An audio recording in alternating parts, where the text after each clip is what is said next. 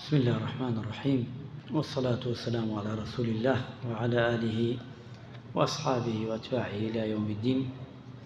أما بعد، السلام عليكم ورحمة الله وبركاته. خواهي قولة طاعات وعبادت لهم ولايك ما قبل بك عبادتي أمروش خات سترا زوي شاكي هر كسيك يخومان لقيامتها أوشي كردو مانا مناردو مانا بومردو كان مان خواهي قولة لمان قبل بك اللهم آمين. مسلمان بەڕێزەکان ئەمڕۆ باس ئەو شتانە دەکەین کە ڕۆژوو دەشکێنێ.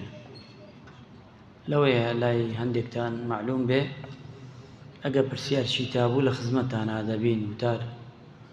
پرسیارێک هەبوو ئەتوانن ڕاستەوخۆ بینێرن دوای جوابی دەدەینەوە.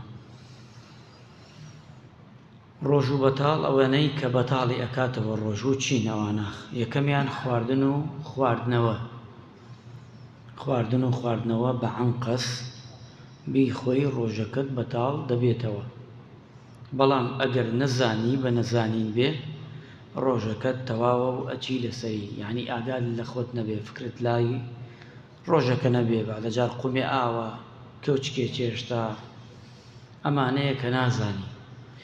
نەزانین حەساب نییە، چونکە پێغەمبەرگیانە فەرمی عەلەیهی سەڵات وسەلام ڕوفع القەلەم عن ثلاث، عن نسیانێکێ لەوانەیە قەڵەم لەسەر هەستەیە کە سەڵگیراوە، یەکێکی لەوانە بیرچوونەوە، هەر شتێ بیرچوونەوە بێ خوا ناینووسێ، یعنی ڕۆژەکەت تەواو دەبێ. من نسي وهو صائم فأكل أو شرب فليتم صومه فأنما أطعم الله وسقاه. پێغەمبەری خوا فەرمی عەلەیهی سەڵات وسەلام هەر کەسێک لە فکری چوو ها بە ڕۆژوو شتێکی خواردی یان خواردیەوە، ئەوە ڕزقەکە خوا ناردێتی با بەردەوام بێ لەسەر ڕۆژەکەی تەواوە و ئەسەح. بەڵام ئەگە عەنقەس بوو ڕۆژەکەی ئەشکێ خواردن و خواردنەوە. و ئەو شتانەیشی جێگای خواردن و خواردنەوە ئەگرێتەوە، ئەوش هەروەکەوەیە موغەدی کە هەڵبەستی ئینسان کە تێرەکە لەجیاتی خواردن و خواردنەوەیە، هەر شتێک جێگای خواردن و خواردنەوە بگرێتەوە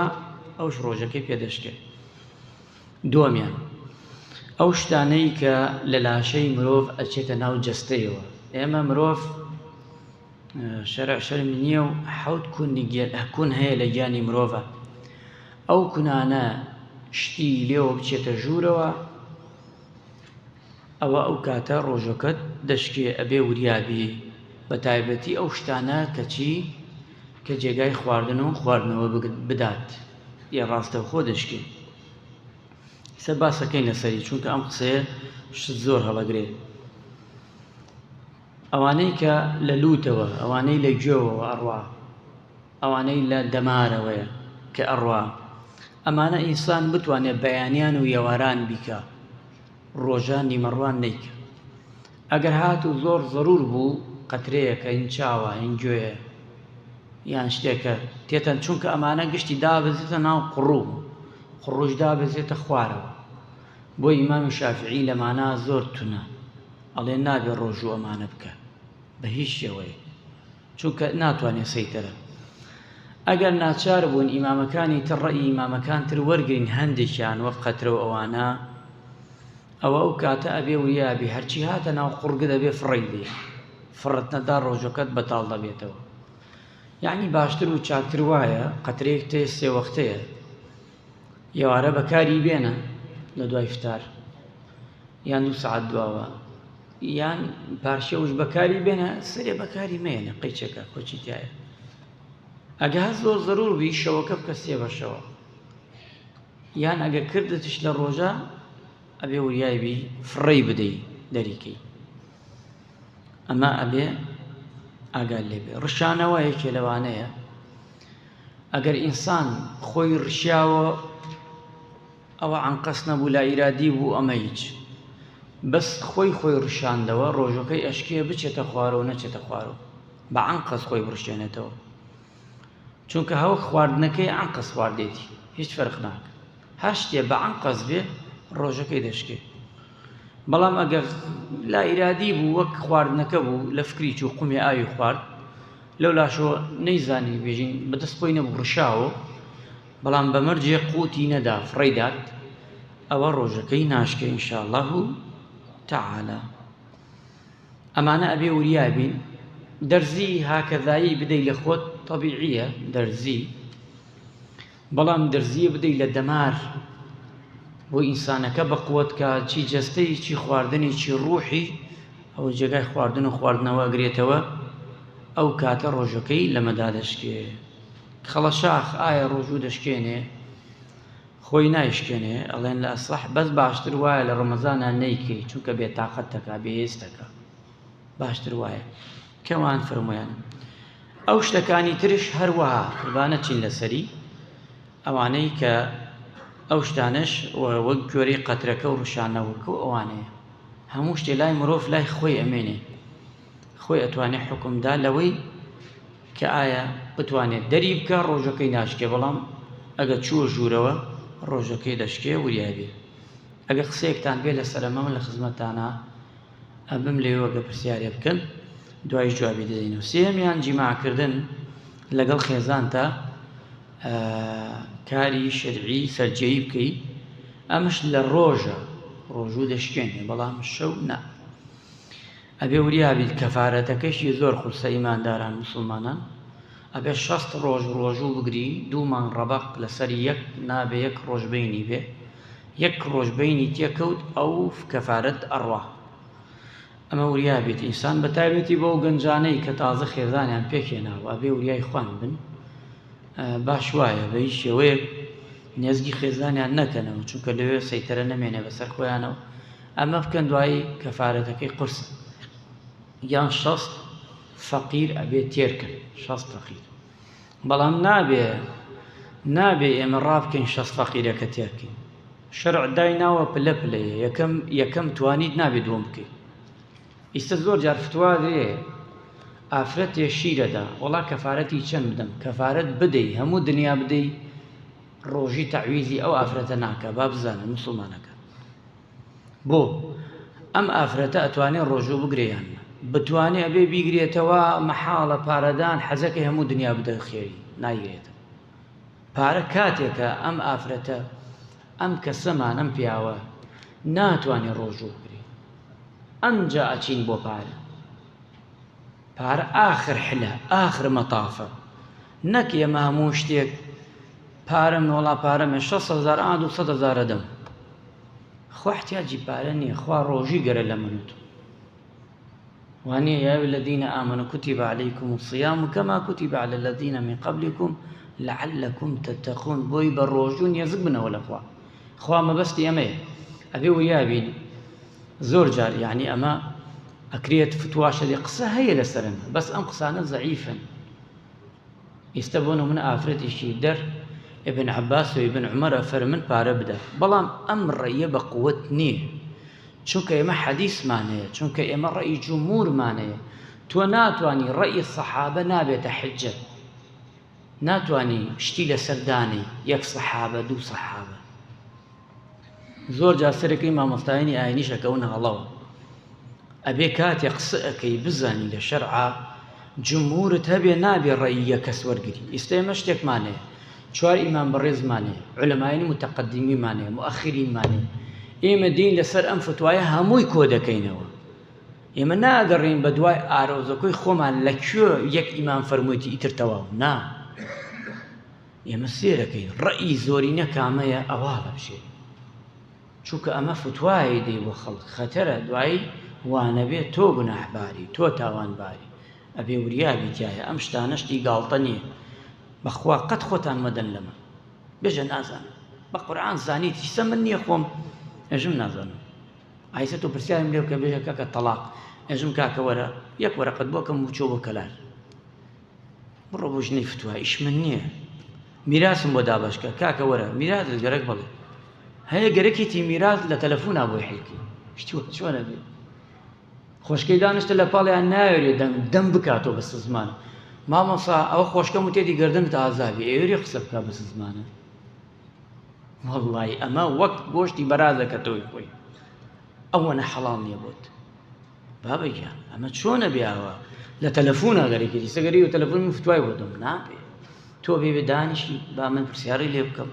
تێبگەم ئەم زەوێ هین کێیە لەکوێیە چۆنە ببرسم لە خۆشکەت بە تەنیا ببرسم لە براکانت بە تەنیا چاویان لێدا نەگریە ڕەشەی لێ نەدەی هەی ئەم شتانە شەرع وایە خۆ ئەوە نییە لە خۆ تۆ بێژی ئەبێت شەش حەوت مامۆستا دانیشیە جوان ئەمە شەرعی خوایە کتابێکت بۆ بنووسن وەرەقەیەکت مستەمسەکێکت پێبێ ئەی نابێ ئەزیزان ئەم شتانە بە مامۆستا و دوو مامۆستایەک لا نابێت و ئێمە مفتی نیمان ئێستا من ئەم کتابە لا دەنازانم قسە بکەم چونکە من نازانم من بەس نەقڵێکم ئیش ئێمە نەقڵکردنە مفتی نیمان ئێمە ئەبێ وریابین ئێوەش من داوام هەیە لە ئێوەی خۆشەویست و بەڕێز ئەوەیەمان بینەوە بیسە قەت خۆتان مەدەن لەم بارە چونکە ئیش ئێوە نی ئێمە ئیش خۆمانە خۆمان لا عادەین چی جا ئێوە بۆچی کەی پێویستە کات کەی داعیەکە من بچمە ناو مەسئلەیەکەوە قورسە ئیش منش نەبێ قیامەتی خۆم بۆ کێ نەوەڵا کاکە ئیش من نیە بڕە لێوە پرسیارکە ئەلەو پیاوە خەڵکی خۆی هەیە و کەسی خۆی هەیە ئەمە ئەگەر هاتووتمان ئەرکەکەی قورسە وریابن چونکە ئەگەر لە ڕۆژی ڕەمەزانە بێ ئەرکەکە ئەکەوێتە سەر پیاوش ناکەوێتە سەر ژن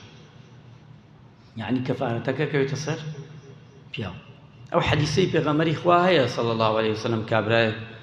لە زمانی پێغەمبەر هاتووە لای خێزانی هاتووە لای وتی فەوتام فریام کەوەی پێغەمبەری خوا صلی الله علیه وسلم پێغەمبەری خوا صلی الله علیه وسلم وتی لەگەڵ خێزانەکەما تیا چوومە لەگەڵ خێزانەکەما جوود پێغەمبەری خواش فەرمووی وتی بڕۆ 60 ڕۆژ بە ڕۆژوو بە تی پێغەمبەری خوا بەخوا ناتوانم تەمەنم هەیە ناتوانم ڕۆژوو بگرم یەکسەر پێغەمبەر نەویست بڕۆ کەفارەت بدە وتی ڕۆژوو بگرە ئەگە بتوانێ ببیگرێ کەیفی خۆیەتی 60 ڕۆژوو ئەمجا وتی ناتوانم پێغەمبەری خوا فەرمووی عەلەیهی سەڵات وسەلام 60 فەقیر تێر بکە عەبدی ئازاد کە عەبدەکە نەبوو دوایەوە وتی ناتوانم عەبد ئازاد بکەم ڕۆژوو بوو ناتوانم پاشان سێمش کە وتی 60 فەقیر تێر بکە وتی لە مەدینەدا لە من فەقیرتر نییە داماوتر نییە هیچمان نییە بیخۆینە پێغەمبەری بەخوا نە هیچم هەیە بیدەم بەخوا نە هیچم هەیە بیخۆ کابرای لەولا هاتە ژوورەوە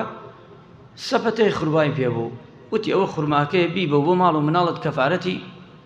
ئەو کاری کە کردووت ئەمە پێغەمبەری خوا ئاوا صلی الله علیه وسلم بە حەکیمانە جێبەجێی کرد بە جوانی جێبەجێی کردیایە احتیلام ئایا بۆ گەنجەکان ئایا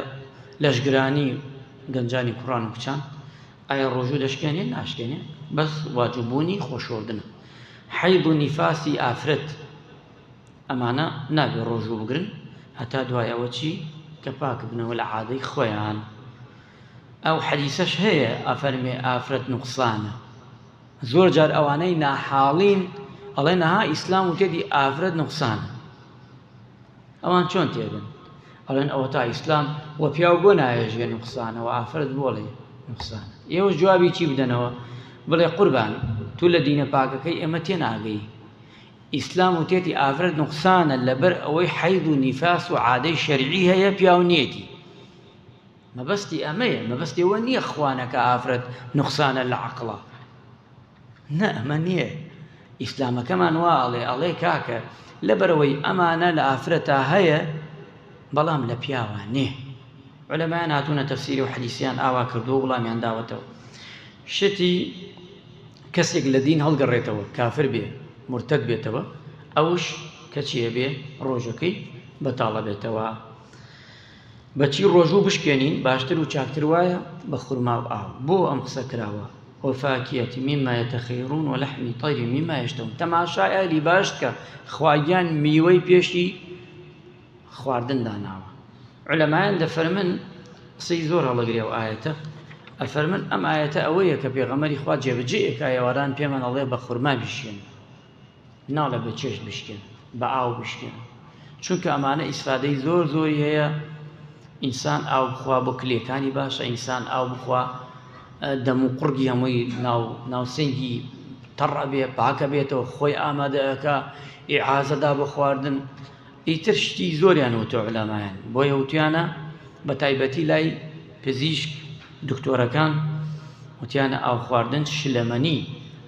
زیاتر سوودیە بۆ مرۆڤ هەتا شتی بێجگە لە شلەمەنی ئینسان بە قووەتەکە لە هەموو فیتامیەکان ئەو فیتامینە لە میوە هەیە لە خواردنەکە نابینێ بخۆ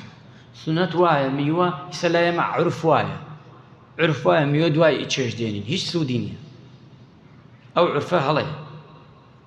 ئەسڵ ئەوەیە ئەو میوە دوای خواردن بیخۆی هیچ سوادەی لێ ناکرێت بەڵکو ئەتوانم زەرەری هەیە قانجازێجی بەڵام میوەیە بە لە خواردن بخۆی ئیسە بەیانیان هەستایی حەزەکەی سێوێ بخۆ بەلەوەی قاوەتی سێوێ میوەیە بخۆ باشە ئێواران کە نانە نەخوارد ڕۆیتەوە دوای عیشا میوەیە بخۆ دوای خواردنەکە بخۆ ئەو میوە زۆر سوودی هەیە بۆت چونکەمە قورئان ئاماژەی پێ کردووە ببرسنش حەزەکەی لە ئەهلی مختصی بێژین پزیشکیش بپرسن بڵێ میوە بە لە خواردن بیخۆی سفادەی زۆریان دەخوارد ئەو کاتە جوابتان نەدەنەوە ئەمە ئینسان بۆیە سونەت وایە بە خورما یان بە ئاو دوای ئەمە نەبوو بە شیرینی دوایەوە خواردن خوای گەورە ڕەحم بە منیەوە بکە عاقبەت خێرمان بکە و ڕۆژەکانمان لێ قبوڵ بکە خوای گەورە بیکاتە پێشووی قیامەتمان یا ئەڵڵا خوای یان لە مردوەکانمان خۆش بی چاکە و باشە هەرچی چاکەیە بۆی بیتێ سەر ڕێگامان و لە قیامەتە بە دیداری پێغەمبەرەکەت بە باشتەکە شادمان بکە و صلی الله علی محەممەد و علی آله و صحبه ئەجمعین